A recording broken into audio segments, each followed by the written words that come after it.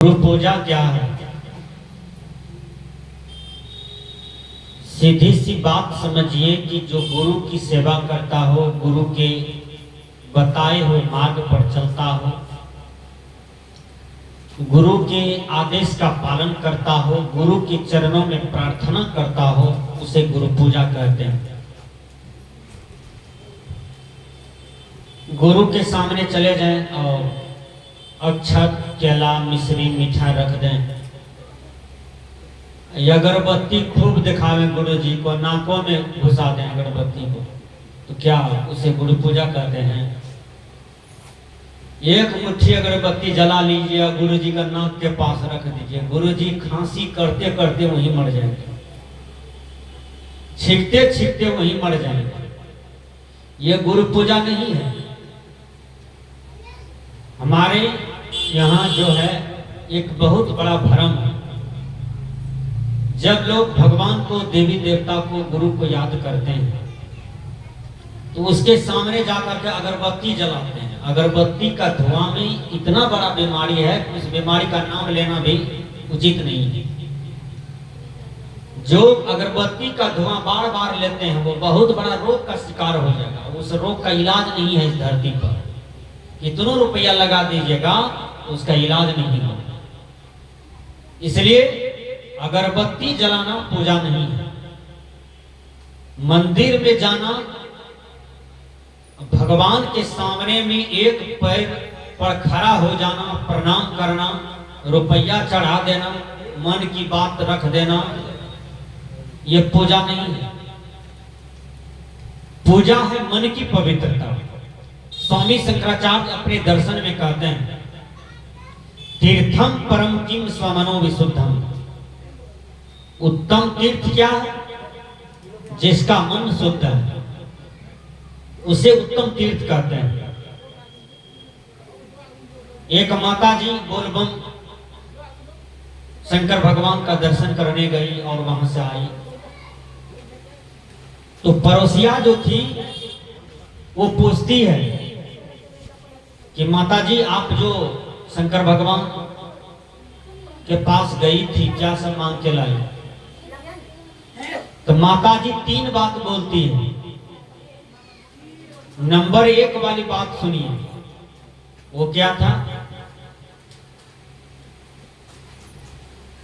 कि पड़ोसिया हमसे घट जाना चाहिए, हमसे आगे नहीं बढ़ना चाहिए कोई भी चीज नहीं। दूसरी बात, हमारे दियाद का बाल बच्चा मैट्रिक फेल होना चाहिए, हे शंकर भगवान। तीसरी बात,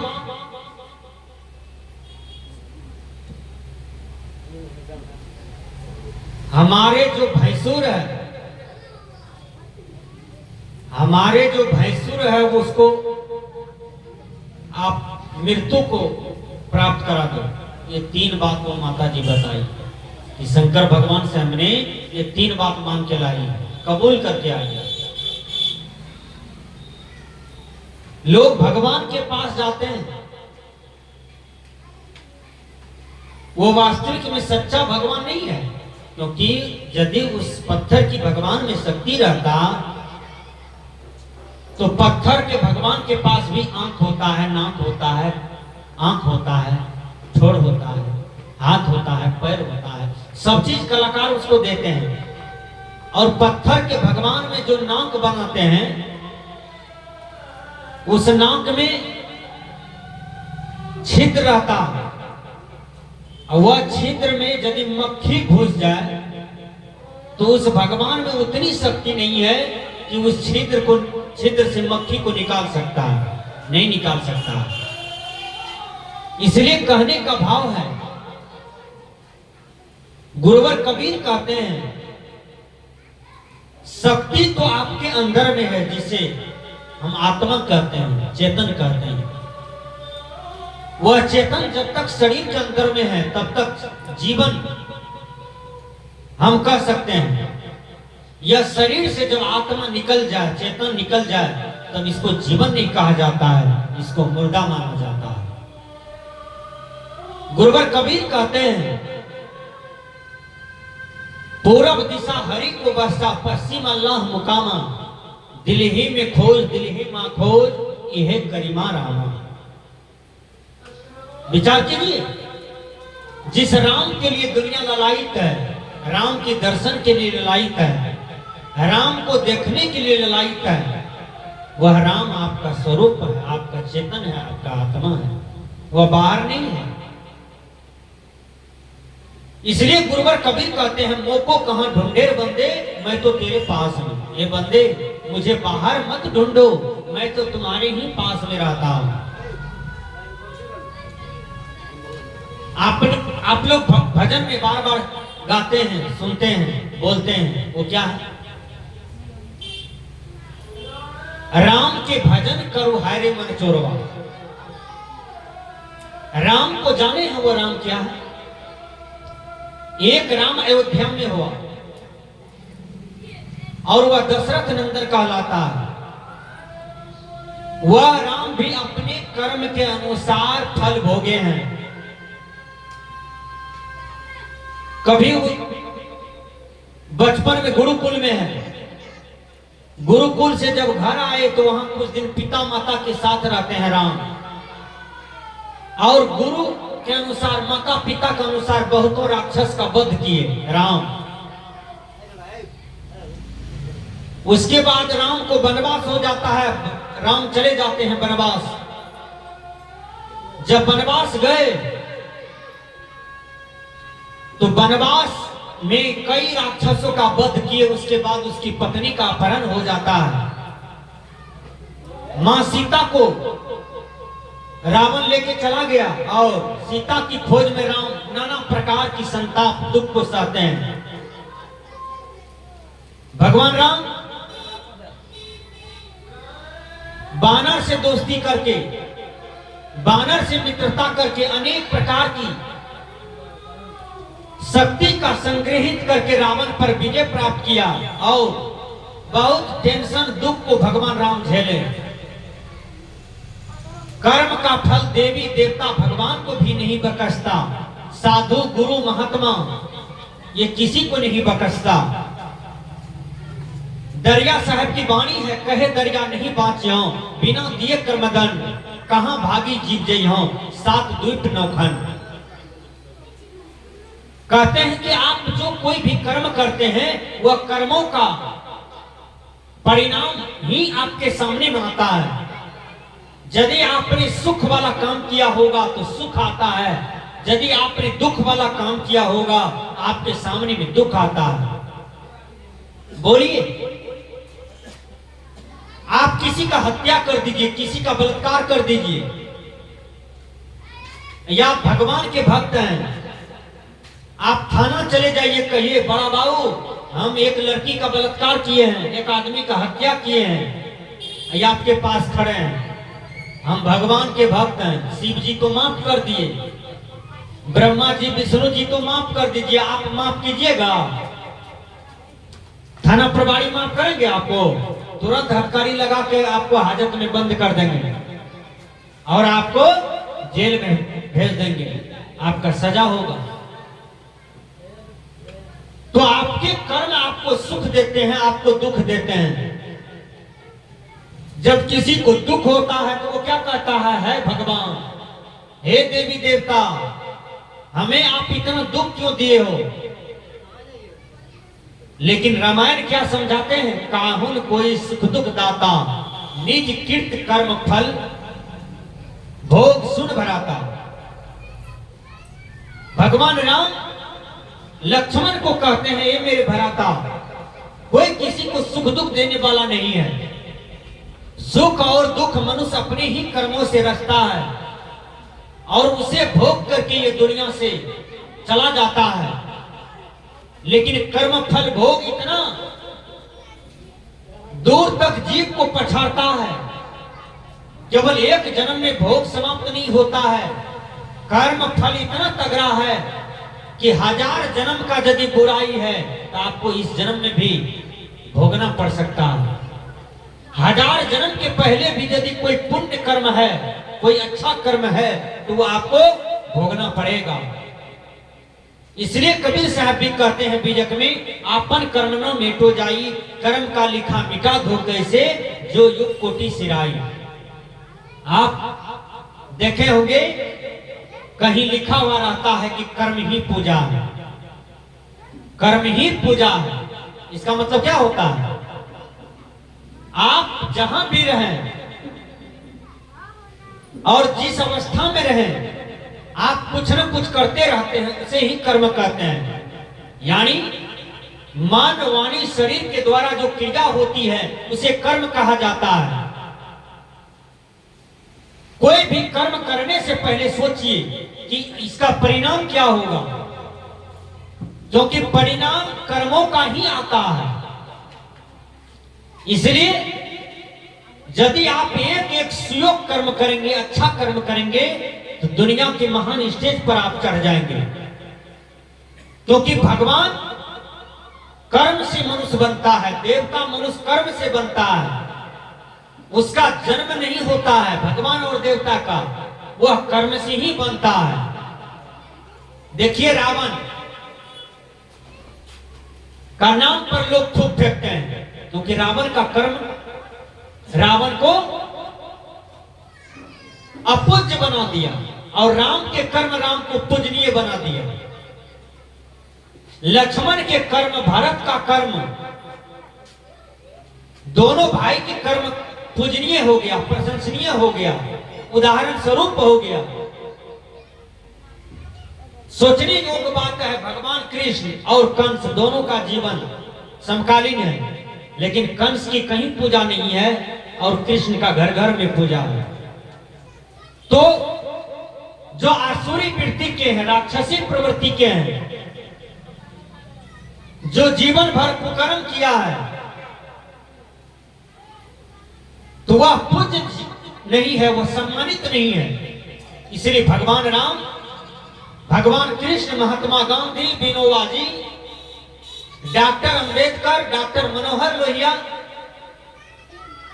डॉक्टर राजेंद्र प्रसाद, भगत सिंह, सुभाष चंद्र बोस, सदगुरु कबीर बाबा मेही, संत तुलसीदास जी, दादू साहब, दरगाह साहब, ये समाज राष्ट्र में सम्मानित है, पूजनीय है अपने कर्म के बल पर। इसलिए कर्म ही पूजा है।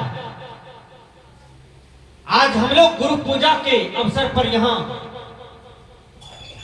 सब आदमी बैठे हैं और गुरु पूजा का आनंद ले रहे हैं। जो गुरु का पूजा करते हैं उसका जीवन तर जाता है, उसका जीवन उद्धारित हो जाता है। मैं अपना विषय पर आता हूं, गुरु का पूजा कौन कौन किया था, ध्यान से सुनिए। राम को लोग भगवान मानते हैं, कृष्ण को भगवान मानते हैं। क्या राम और कृष्ण को भगवान था? बोलिए, क्या राम और कृष्ण को गुरु था? उन्होंने भी गुरु के चरणों में ही ज्ञान लिया, गुरु को सम्मान दिया, गुरु की शक्ति को समझा। राम कृष्ण से कहो बड़ा उन्हों तो गुरु की, तीन लोक के कर्ता कहिए गुरु के आगे अधीन। तीन लोक के कर्ता माने जाने वाले राम और कृष्ण, वो भी गुरु के चरणों में अधीन हैं, गुरु के चरणों में कल जोड़ के खड़े हैं, गुरु के लिए सेवा में तत्पर हैं। इसलिए गुरु गुरु होता है, गुरु से बढ़कर दुनिया में कोई नहीं होता है। जो पुत्र आज आपका बीए ऑनर्स किया है, वह पुत्र को यदि प्रथम दिन कोई को सिखाया होगा, उसका नाम है गुरु। चाहे वो मां क्यों नहीं हो, वह पिता क्यों नहीं हो, चाहे वो टोला समाज का एक लंगड़े लुल्ले अंधे बहरे आदमी क्यों नहीं हो, लेकिन जिन्होंने को सिखाया उसका वो गुरु हो गया। आपने कभी दिल्ली नहीं गया है, आओ दिल्ली में आपको कहां जाना है, उस रास्ते पर वह मंजिल तक आपको कौन पहुंचाया? तो बहुत गुरु हैं, उन्होंने पहुंचाया। सज्जनों, दुनिया में सबसे शक्तिमान गुरु होता है, इसलिए सबके जीवन में गुरु हो। हाँ, गुरु से कोई कपट नहीं कीजिएगा। बहुत आदमी गुरु कर लेते हैं, भजन वेद माला कंठी दीक्षा ले लेते हैं, लेकिन कुछ भी पालन नहीं करते। सुपारी खाते हैं, चाय पीते हैं, चुगली करते हैं, निंदा करते हैं, शिकायत करते हैं, दूसरों को देख करके जलते हैं, दूसरों से वैर की भावना रखते हैं, आत्मा को कष्ट पहुंचाते हैं, चोट पहुंचाते हैं। क्या यह गुरु पूजा है? यदि आप गुरु की मर्यादा को समझते हैं, गुरु जो नियम बता दिए हैं कि बेटा तुमको इस रास्ते से चलना है, वो क्या है? दया, क्षमा, सत्य, शील, विचार, विवेक, वैराग। सदगुरु धर्म स्वरूप साहब जी आपको शब्द प्रकाश में बतलाए हैं कि बेटा नंबर 1 में दया, तुम अपने अंदर में दया को धारण करो। एक बकरी का गला नहीं काटना, बकरी को भी जीने का हक है। लोग आज बकरी को काट करके खा लेता है और बकरी को काट काट करके चौक चौराहे पर बेच देता है, हाट बाजार में उसका गला सरधार काट करके बेच देता है। क्या बकरी को जीने का अधिकार नहीं है? क्या गाय को जीने का अधिकार नहीं है? क्या भैंस को, मैना को, कबूतर को, मुर्गी को, मुर्गा को जीने का अधिकार नहीं है? आपको किसने कहा मांस खाना ही चाहिए? कौन भगवान, कौन परमात्मा, कौन देवी देवता? आप पाप कर रहे हैं आत्मा के साथ, एक जीव के साथ आप अपराध कर रहे हैं। इसलिए आपके अंदर में दया होनी चाहिए। धर्मस्वरूप बाबा कहते हैं नंबर 1 में कि बेटा यदि तुम गुरु पूजा को मानते हो तो अपने अंदर में दया को धारण करना। दया जिसके दिल अंदर रहमान वही रहता है, जिसके हृदय में दया धारण हो गया तो भगवान वही रहता है। आज आदमी दया को सुभरना लगा दिया। सबके अंदर में दया हो। मैं पूछना चाहता हूं, एक भी आदमी बोलिए अपना पुत्र का मांस भात बना के खाइएगा? हाथ उठाइए। चाहे आप हिंदू हो कि मुसलमान हो कि सिख हो कि यहूदी हो कि ईसाई हो कि पारसी हो कि जरथुस्ती हो कि हिंदू हो, जो भी हो, कोई भी आदमी अपना बेटा को काट करके लोहिया में बना करके भात के साथ रोटी के साथ खाइएगा? पसंद नहीं है आपको, क्योंकि वो आपका बेटा है। और बकरी के बेटा को खा रहे हैं, मुर्गी को बेटा को खा रहे हैं, लाज नहीं लगता है? प्रकृति ने सबको जीने का अधिकार दिया है इस दुनिया में। आप किसी के जीवन को छीनते हैं, ये पाप है। संत कहते हैं पाप करने से बचो, और यही पाप का परिणाम तुम्हें भोगना पड़ेगा। बड़े बड़े सूरवीर, महारथी, वैज्ञानिक, सदगुरु, गुरु, देवी देवता, सबको भोगना पड़ा कर्मों का परिणाम, इसलिए तुम्हें भी भोगना होगा। धर्मस्वरूप बाबा कहते हैं कि दया धारण करो। नंबर 2 में कहते हैं क्षमा।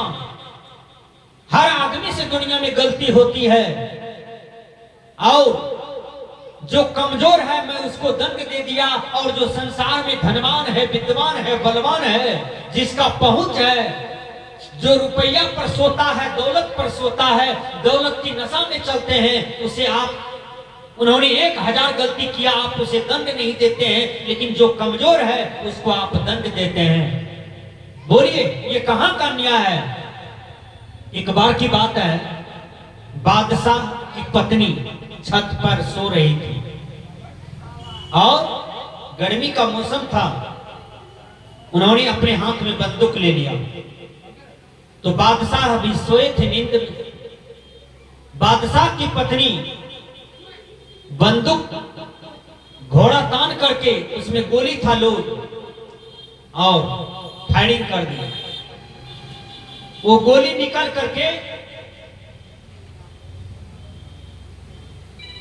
गोली जब निकल गया तो गोली लग गया किसको? एक धोबी जा रहा था घाट पर कपड़ा खींचने के लिए। और धोबी को लग गया, धोबी मर गया। धोबी पीछे में थी। धोबी ने बादशाह के पास आए, कहा बादशाह, आपकी बेगम, आपकी पत्नी ने मेरे पति का हत्या कर दिया।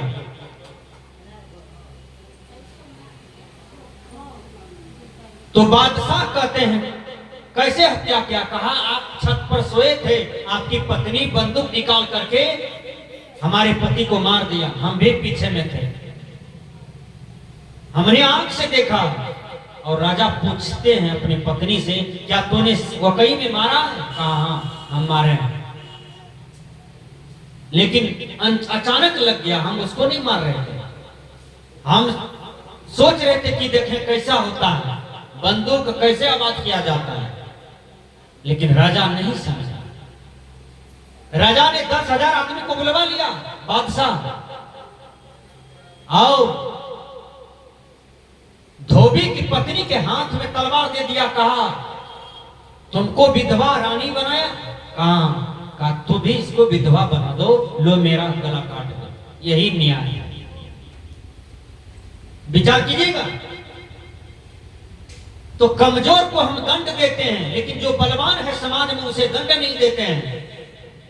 धर्मस्वरूप साहब जी कहते हैं कि समाज में जो बार बार चरित्र से गिरता है, समाज को जो हानि पहुंचाता है, समाज को जो बार बार अपमान करता है, समाज के युवक युवतियों को अपमान करता है, समाज में बड़े बुजुर्गों को जो अपमान करता है, संत बतलाते हैं कि यह जीवन सुवासित नहीं है, यह जीवन शैतान का है, वह जीवन इंसान का नहीं होता है। इंसान का जीवन तो सम्मानित का होता है, इंसान का जीवन तो पूजनीय होता है। इसलिए कहने का भाव है कि नंबर 2 में धर्मस्वरूप बाबा कहते हैं क्षमा। कुछ ऐसी छोटी गलती है जिन्हें क्षमा करना चाहिए और दंड नहीं देना चाहिए, उसको ज्ञान से समझाना चाहिए ताकि वह इंसानियत की राह को पकड़ ले। नंबर 3 में आता है सत्य। सत्य का कभी विनाश होता है? नहीं होता। सत्य सब दिन से है, रहेगा। सत्य सबके पास रहता है। यदि यह संसार में सत्य नहीं होगा तो ये संसार नहीं चलेगा, ये सृष्टि नहीं चलेगी। सत्य पर ही टिका हुआ है सब कुछ। सत्य है तो बाप बेटा का रिश्ता निभ रहा है, ससुर पुतहू का रिश्ता निभ रहा है, भाई भाई का रिश्ता निभ रहा है, पड़ोसी पड़ोसी का रिश्ता चल रहा है सत्य पर। यदि जिस दिन सत्य हट जाएगा उस दिन ये रिश्ता नहीं टिक सकता है। इसलिए प्रत्येक आदमी के जीवन में सत्य चाहिए। सत्यवादी परेशान होता है, पराजित नहीं। सत्य का विजय होता है और असत्य का हार होता है। इसलिए प्रत्येक आदमी के जीवन में सत्य का धारण हो, सत्य का विकास हो। सत्य में बहुत बड़ी शक्ति होती है। चाहे दुनिया की कोई लोग क्यों नहीं हो, कोई भी मानव क्यों नहीं हो, यदि वो सत्य को धारण किया है, कभी भी असत्य कदम नहीं रखता है, असत्य बातें नहीं बोलता है, असत्य व्यवहार नहीं करता है, तो समझिए कि दुनिया में सबसे बड़ा शक्तिमान पुरुष वही होगा जो सत्य को पकड़ा है। सत्य पर चलने वाले को भले दुख होता है, तकलीफ होती है। मैं बता देना चाहता हूं, प्रहलाद किसके यहां जन्म लिया था? हिरण्यकश्यप के यहां। हिरण्यकश्यप एक राक्षस था, दैत्य कुल का था। प्रहलाद बच्चा से संस्कारित था, होनहार था। अभी देखिए एक बच्चा था, जब मैं पाठ कर रहा था तो बच्चा भी पाठ कर रहा था। बच्चा बहुत संस्कारी है। एक एक बच्चा कैसा करता है, एक एक बच्चा का व्यवहार देखिएगा तो आप रूठ जाइएगा। दादा को गाली देता है मां लगा कर, अपने बाप को गाली देता है मां लगा करके। एक रोज हम जा रहे थे, एक बच्चा दौड़ करके आया तो वो कहता है प्रणाम बाबा, तो मैंने भी कहा प्रणाम। दूसरा बच्चा दौड़ करके आया, वो कहता है नमस्ते बाबा, मैंने भी कहा नमस्ते। तीसरा बच्चा दौड़ करके आता है, वो कहता है नमस्कार बाबा, तो मैंने भी कहा नमस्कार। चौथा बच्चा दौड़ करके आता है, वो कहता है दंडवत बाबा, मैंने भी कहा दंडवत। पांचवा बच्चा दौड़ करके आया, वो कहता है साहेब बंदगी बाबा, मैंने भी कहा साहेब बंदगी। छठा बच्चा दौड़ करके आया, वो कहता है जय गुरु बाबा, हमने भी कहा जय गुरु। सातवां बच्चा दौड़ करके आता है, वो कहता है ढंढोल बाबा जी ढंढोल। ये तू कहिया ढोलक पीछ लिया जे ढंढोल ढंढोल कैसे सीख लिया? ढंढोल कौन सा शब्द है? तो वो गलत माता पिता गलत संस्कार दे दिया होगा, इसलिए माता पिता का जैसा सुना है बच्चा वैसा बोल रहा है। इसलिए आपके यहाँ जो भी बच्चे हों वो संस्कारी हों। बच्चे में बच्चे लड़ाई किया, एक बच्चा ने दूसरे बच्चे को बालू दे दिया आंख में, वो बच्चा आंख से बालू झाड़ लिया और 2-3 मुक्का मारा दूसरे बच्चे को, वो बच्चा गिर गया रोड पर। मैंने उसको उठाया, मैंने कहा घर तो भी जाओ, वो भी जाए गया। लेकिन जो एक घर जो गया वो आंगन से निकल करके क्या कहता है, वो बहुत गंदी गंदी गाली दे रहा था। तो मैंने उस बच्चा के शब्दों पर ध्यान दिया। मैंने कहा कि आज तक मैंने फिजिक्स पढ़ा, केमिस्ट्री पढ़ा, बायोलॉजी पढ़ा, हिंदी पढ़ा, व्याकरण पढ़ा, वेद पढ़ा, गीता पढ़ा, मैंने कई शास्त्र को पढ़ा है, लेकिन ये बच्चा 6 बरस का है, लेकिन गाली इतना सीखा है, इसकी गाली लिख करके रखा जाए तो इतनी मोटी ग्रंथ बन जाएगा। इतना गाली सीख गया है 6 बरस की अवस्था में। आप मनुष्य हैं तो मनुष्य को जन्म दीजिए, आप मनुष्य होकर के शैतान को जन्म दिए हैं, राक्षस को जन्म दिए हैं। कल वो बच्चा बढ़ेगा तो समाज का विध्वंसक होगा, माँ बाप को तो मारेगा ही, समाज को भी सता करके राष्ट्र को भी सताएगा और राष्ट्र को भी आतंकित करेगा। धर्मस्वरूप बाबा कहते हैं दया, क्षमा, सत्य। इसलिए सब अपने अपने बच्चा को सत्य का संस्कार दीजिए, सत्य बोलने के लिए सिखाइए। सत्यम ब्रूयात प्रियम ब्रूयात, न सत्यम अप्रियम ब्रूयात। सत्य बोलो, प्रिय बोलो, धीरे से बोलो, इतना बढ़िया बोलो कि तुम्हारा मित्र पूरा दुनिया हो जाए, कोई बैरी तुम्हारा न रहे। देखिए पति पत्नी है, यदि दोनों बोलते बोलते दोनों का बोली गड़बड़ा जाए तो दोनों पति पत्नी में भी कारगिल युद्ध शुरू हो जाता है, बोली गड़बड़ा गया। इसलिए कहने का भाव है कि वाणी बहुत मर्यादा रखता है संसार में। सदगुरु कबीर साहब जी कहते हैं